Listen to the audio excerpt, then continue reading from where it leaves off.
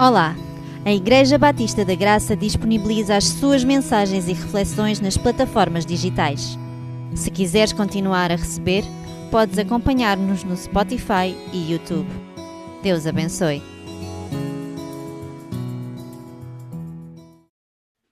Segundo aos Coríntios, capítulo 5, versículo 14 e versículo 15, diz o seguinte: Pois o amor de Cristo nos constrange, julgando nós isto, um morreu por todos, logo todos morreram. E ele morreu por todos, logo todos morreram.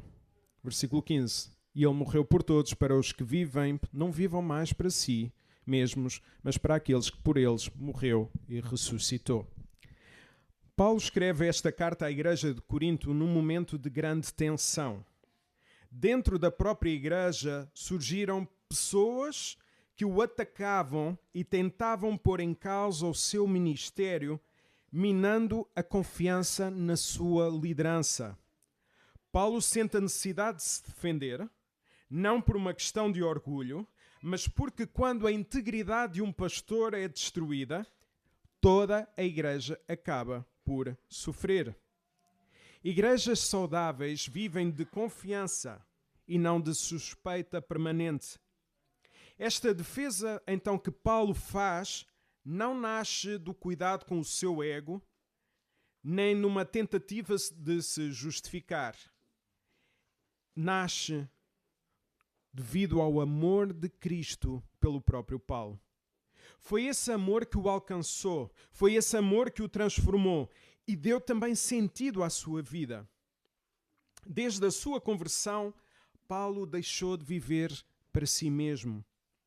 As suas escolhas, as suas renúncias, inclusive também a sua perseverança, explicam-se por uma razão: Jesus. É esse mesmo amor que continua hoje também a chamar-nos a cada um de nós. Um amor que nos constrange a viver uma fé comprometida. Não só como pessoas, individualmente, mas também como igreja. Sendo assim, uma igreja comprometida com Cristo não vive para si mesma.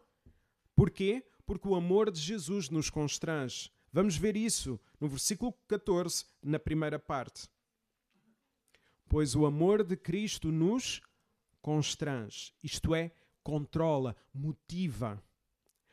Paulo deixa claro que é o amor de Cristo pela sua igreja que nos constrange, que nos move. Esta palavra fala de algo que nos envolve por completo, que orienta a nossa vida e que nos coloca em ação.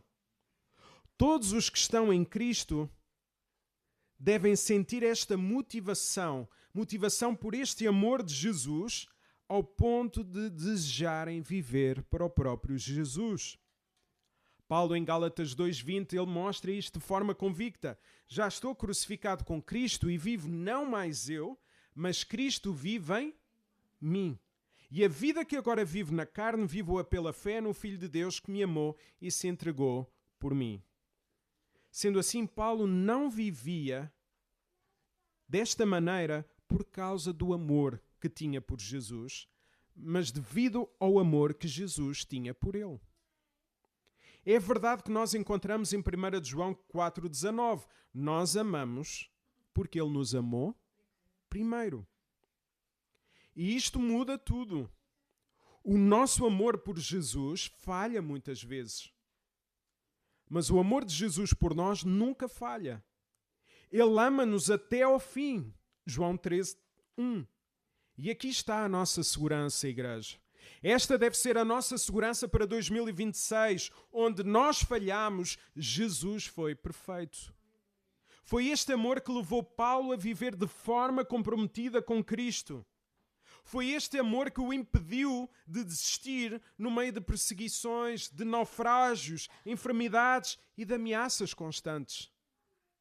Paulo continuou porque Jesus nunca falhou com ele.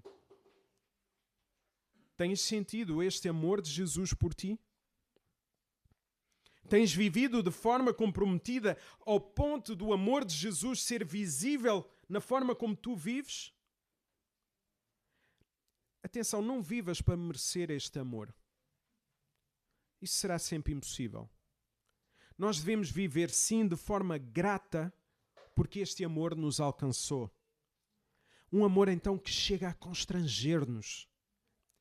Mas agora alguém pode pensar, Jonatas, que amor é este se a minha vida está cheia de dificuldades? Isto é amor? Será mesmo amor quando tenho tantas pontas soltas na minha vida? Quando tenho tantos nós por desatar? Será que é mesmo amor, Jonatas, que Jesus tem por mim? Se fosse amor verdadeiro, a vida não devia ser mais fácil. Será mesmo amor, Jonatas? Vamos perceber então melhor este amor que nos constrange a cada um de nós, ao ponto de desejarmos viver uma vida comprometida. Vamos perceber até que ponto este amor é tão intenso que as circunstâncias passam a ser circunstâncias para olharmos para aquilo que realmente faz diferença. Vamos ver agora a parte final do versículo 14. Julgando nós isto, um morreu por todos, logo todos morreram. Paulo mostra que este amor nos constrange porque Jesus deu a sua vida por todos. Lembrar que esta carta foi escrita a quem? À igreja. Paulo está a falar para a igreja de Corinto. E isso ajuda-nos a perceber quem são estes todos, ou seja, os cristãos. Se ainda houver dúvidas, a Bíblia interpreta a si mesma. Romanos 6:8. Ora, se já morremos com Cristo, queremos também com Ele viveremos. Romanos 8:32. Aquele que não poupou o seu próprio Filho, antes por nós o entregou, porventura não nos dará graciosamente com Ele todas as coisas? Então, o que Paulo está aqui a mostrar-nos é que a morte de Jesus tornou-se a morte de todos aqueles que crerem nele. Isso é amor. A sua morte é suficiente para todas as pessoas, mas eficaz para aqueles que nele creem. Isto é amor. Agora, a pergunta é, ainda nos arrependemos dos nossos pecados? Será que o pecado ainda nos faz confusão? Será que ainda entendemos que todo o pecado, por menor que ele seja, ainda é uma ofensa contra Deus? Deus não te ama porque tu és perfeito. Deus ama-te como tu és. Ele nunca deixará de te amar. Mas quando não tratares do pecado na tua vida, isso afetará a tua intimidade com Ele. Deus ama-nos. E se todo o pecado é uma ofensa contra Deus, nós devemos tratar do pecado, por menor que ele seja, até ao maior. Nunca penses que o pecado é um pormenor. Se o pecado fosse um pormenor, Jesus nunca teria ido à cruz. Jesus não foi dar a sua vida pelos pecados grandes. Jesus foi dar a sua vida por todo o tipo de pecados que nós cometemos. Por isso, se o pecado afeta a nossa intimidade com Deus, se porventura sentes falta de intimidade com Deus, lembra-te das palavras de Jesus à igreja de Éfeso. Lembra-te depois de onde caíste e arrepende-te. Apocalipse 2:5. Lembra-te de onde caíste. Deixa de olhar para o amor de Jesus face às circunstâncias. Lembra-te de onde caíste e arrepende dos teus pecados. Por isso, reconhece os teus pecados e confessa-os de todo o coração. E depois descansa. Descansa. Descansa na certeza que foste perdoado. Porque a cruz tanto revela a salvação, como revela o cuidado de Deus.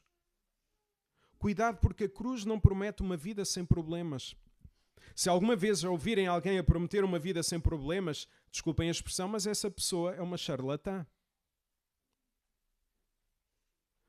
A cruz garante algo muito mais valioso: a presença fiel, a presença real de Jesus até ao fim. Um dia vais olhar para a tua vida e que aquilo que parecia um caos, afinal tinha sentido. Cada escolha que tu fizeste, cada desafio que tu abraçaste, afinal fazia parte daquilo que Deus estava a construir contigo. Houve momentos em que olhámos e parecíamos que a pintura estava estragada do quadro da nossa vida. Mas Deus usou até as lágrimas, as tuas lágrimas, para o teu bem. E no fim vais ver que, afinal, esse quadro é uma bela obra de arte, fruto do amor de Deus por ti. Por isso não tenhas medo. Não tenhas medo. Deus está a guiar cada passo da tua vida com o seu amor. E é este amor que nos constrange a viver uma vida verdadeiramente comprometida. Agora, se este amor nos constrange devido à salvação que há em Jesus, será que a maneira como nós estamos a viver mostra este amor que nos constrange? Versículo 15. E ele morreu por todos, para que os que vivem não vivam mais para si mesmos, mas para aqueles que por eles morreu e ressuscitou. Nestes dias, poucos dias que tivemos de férias, eu tive a ver alguns filmes e especialmente estive a rever os filmes de John Wick. E no filme número 2 há uma frase forte que é exatamente o oposto daquilo que Jesus fez. John Wick diz o seguinte: digam-lhes a todos, quem vier, seja quem for, eu mato-os. Eu mato-os a todos. Jesus faz precisamente o contrário. Jesus diz, digam-lhes a todos, quem vier a mim, de maneira nenhuma o lançarei fora. Venham todos, eu não os mato, eu morri para que eles tenham vida. John Wick vive para si, para a sua vingança e para anestesiar a sua dor. Jesus morreu suportando a dor para que outros vivessem. Um mata vidas para lidar com o desgosto por ter perdido o seu cão. O outro, Jesus, entrega voluntariamente a sua vida para nos dar uma nova identidade e uma nova maneira de viver. Que maneira de viver é essa? Como podemos então viver de uma maneira comprometida? Como podemos ser uma igreja comprometida? Reparem novamente no versículo. Paulo diz-nos, não vivam mais para si mesmos, mas para aquele que que por eles morreu e ressuscitou. Romanos 14, 7 e 8 reforça esta ideia. Diz também Paulo o seguinte, nenhum de nós vive para si e nenhum morre para si. Se vivemos, vivemos para o Senhor. Se morremos, morremos para o Senhor. Porque somos do Senhor. Então Jesus morreu e ressuscitou para que nós não vivêssemos mais para nós mesmos, nem para o pecado. Jesus fez tudo para que as nossas vidas possam viver mais para Ele.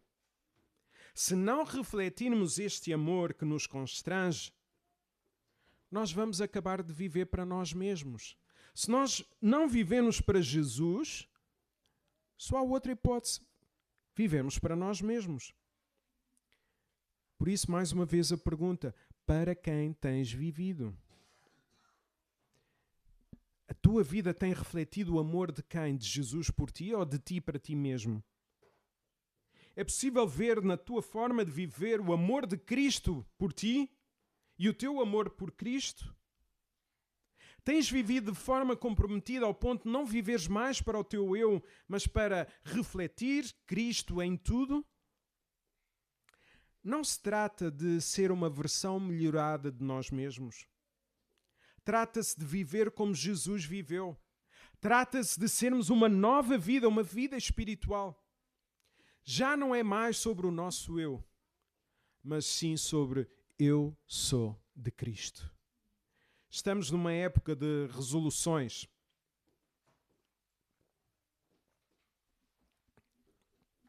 Quem vive sem resoluções não se desafia. Se este for o nosso desejo, nós devemos dizer ao Senhor Deus, em 2026, eu comprometo-me a viver mais como Jesus viveu. Em 2026 eu comprometo-me a viver mais como Jesus viveu. E se assim for, este compromisso transforma não só a nossa vida pessoal, mas também transforma a nossa família e até a maneira como nós vivemos como igreja. Alguns exemplos. Família.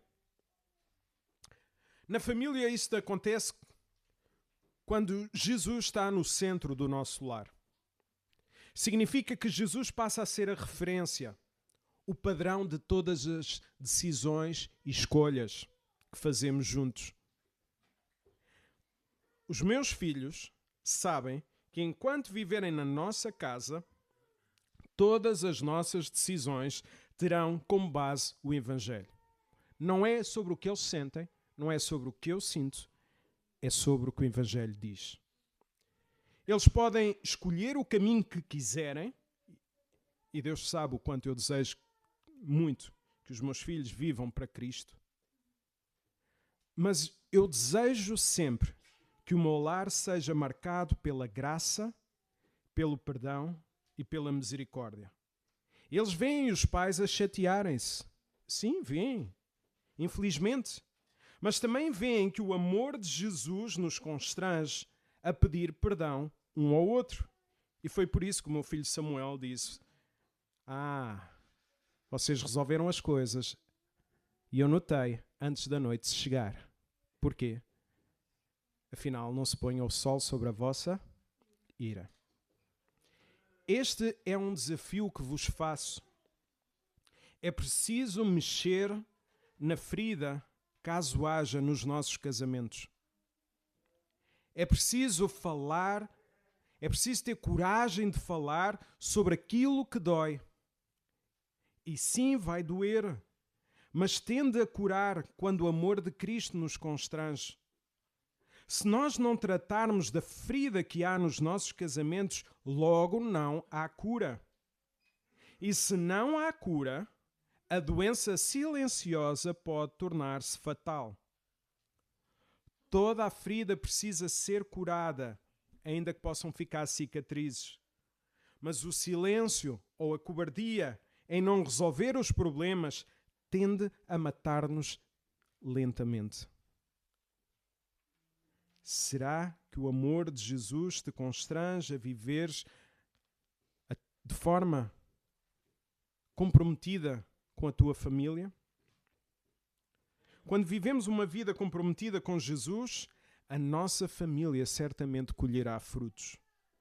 E se as nossas famílias forem comprometidas com Cristo, isso será também visível nas nossas igrejas. Segundo aspecto, no evangelismo. O crescimento desta igreja, infelizmente, não se deve à nossa evangelização. Ainda vemos poucas pessoas a serem convertidas, poucas pessoas a virem até nós, que tenham sido fruto de convites que nós fizemos.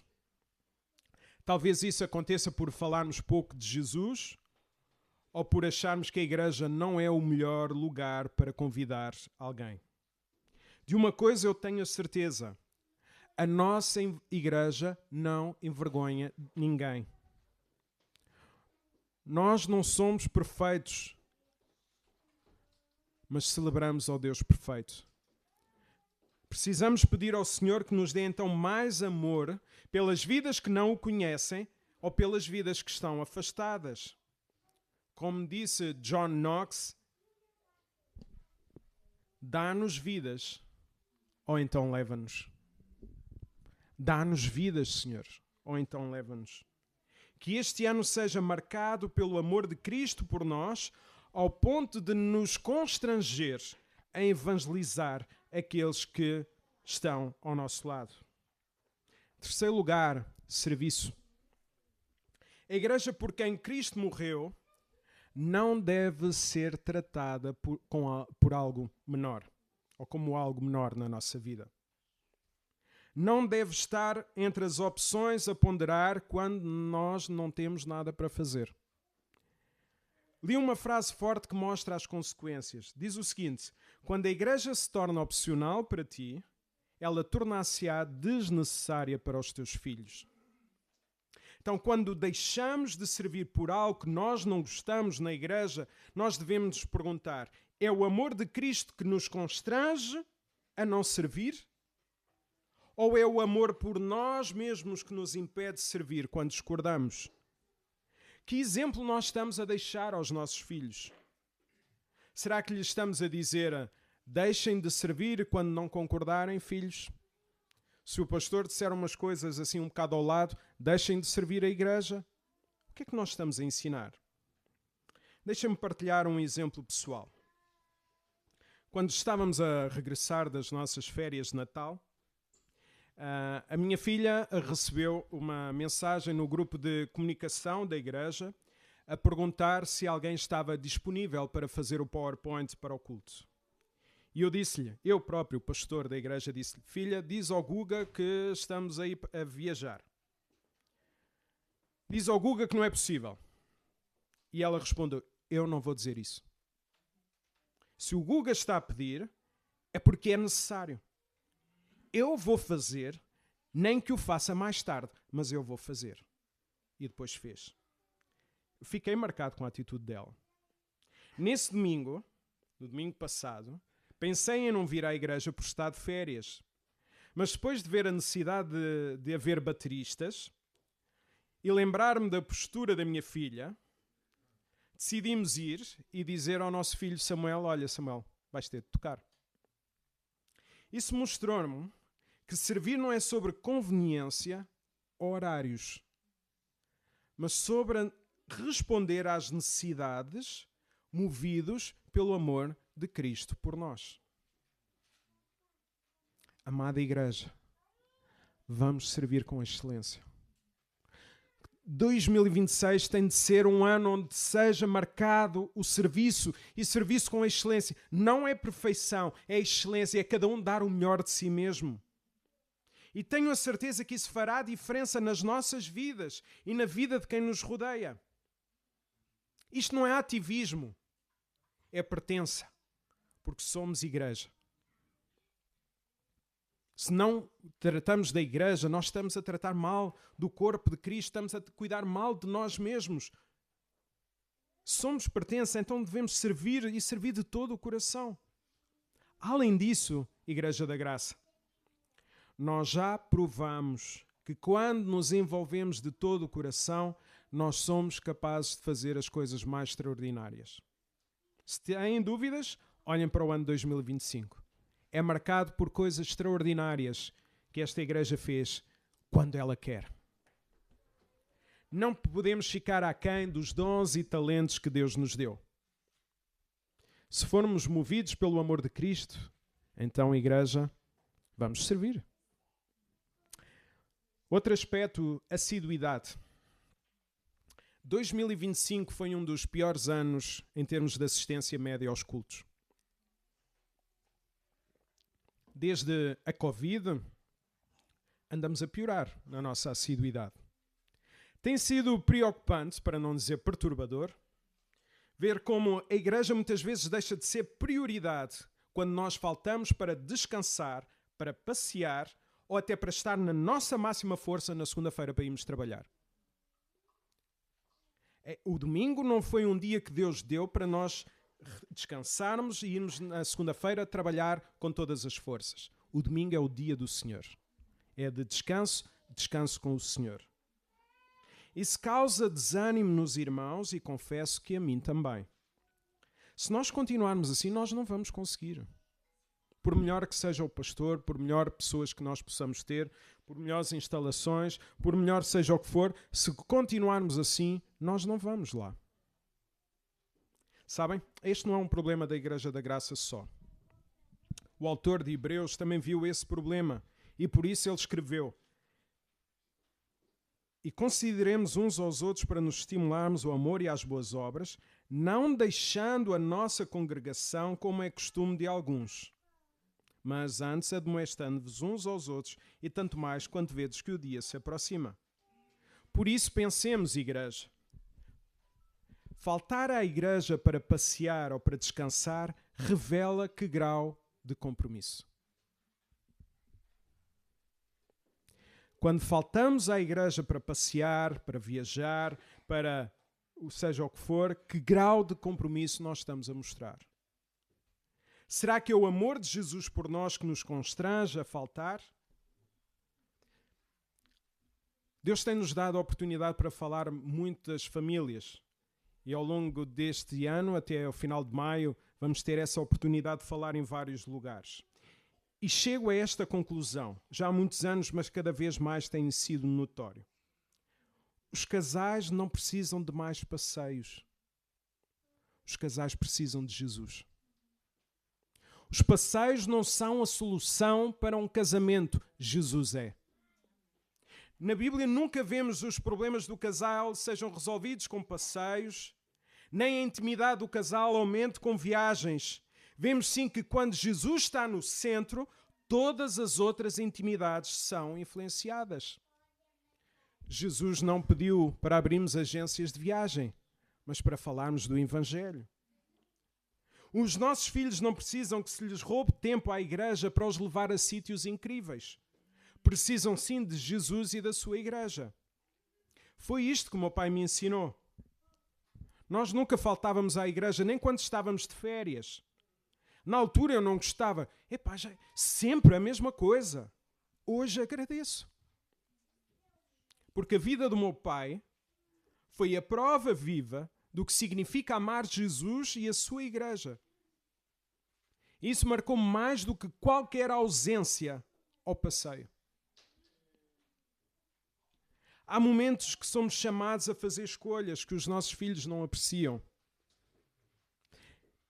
E a vida espiritual semeia-se com fidelidade, às vezes com lágrimas. E a colheita aparecerá mais tarde. Não se iludam com falsas promessas.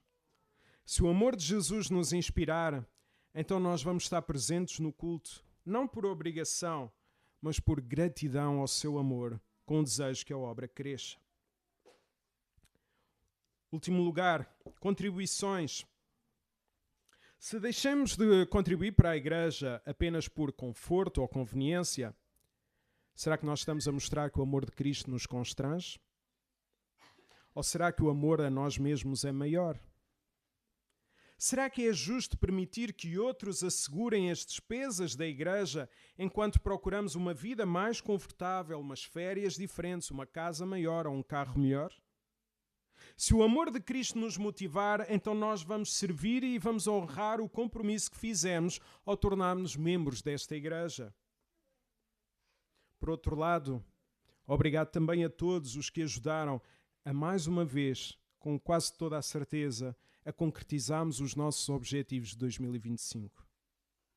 Quando todos cumprimos os nossos compromissos, a igreja terá condições de crescer, de servir melhor a Deus e às pessoas, inclusive até com as novas instalações, se for o nosso desejo. Sim, às vezes dizem assim, e o dinheiro não é um problema. O problema é o compromisso. Porque se houver o compromisso, o dinheiro não vai ser um problema, garanto-vos. Atualmente o nosso espaço limita o que podemos fazer e de certa forma limita o crescimento a todos os níveis. Eu nem sequer consigo dar um aconselhamento lá em baixo porque sou invadido por todos os lados, porque os miúdos não têm espaço para brincar. Um pequeno pormenor. Já pensaram quantos bebés nasceram nos últimos 2 anos? Já pensaram quantos casais ainda estão para ter o segundo filho, ou o terceiro filho, ou até o quarto? Ou aqueles que ainda vão para o primeiro? Já pensaram nisto? Onde é que vamos meter todos? Já pensaram no privilégio, na responsabilidade? Como vamos fazer se mantivermos neste espaço? Nós devemos dar graças ao Senhor por termos tantas crianças júniores e já começamos a ter também bebés e casais que desejam ter filhos. Hoje a Tininha estava a partilhar da Rita ter ido a uma igreja onde estava uma igreja envelhecida. Este não é o nosso problema. Pela graça de Deus, é sinal de vida, é sinal de futuro. Queremos ter então boas condições para servir a Deus e às novas gerações? Agora, Depois de tudo o que nós ouvimos neste sermão, resta-nos apenas saber e perceber se o amor de Jesus nos está a constranger. Por isso, igreja, vamos seguir a voz de Jesus, mesmo quando nós não sabemos para onde Ele nos leva, confiando que obedecer traz descanso à nossa vida e verdadeira satisfação. Vamos vencer o medo com a certeza do seu amor, porque o medo encontra-se naquele lugar onde nós achamos que a providência de Deus não nos chega. O medo encontra-se naquele lugar onde nós achamos que o cuidado de Deus não nos chega. Por isso, quando sentires perdido, assustado, ou quando achares que a escuridão não vai embora da tua vida, lembra-te para quem tu vives e de quem te amou até ao fim, Jesus. Se vivermos apenas para nós mesmos, nós seremos egoístas, centrados no nosso eu, vazios de qualquer tipo de propósito.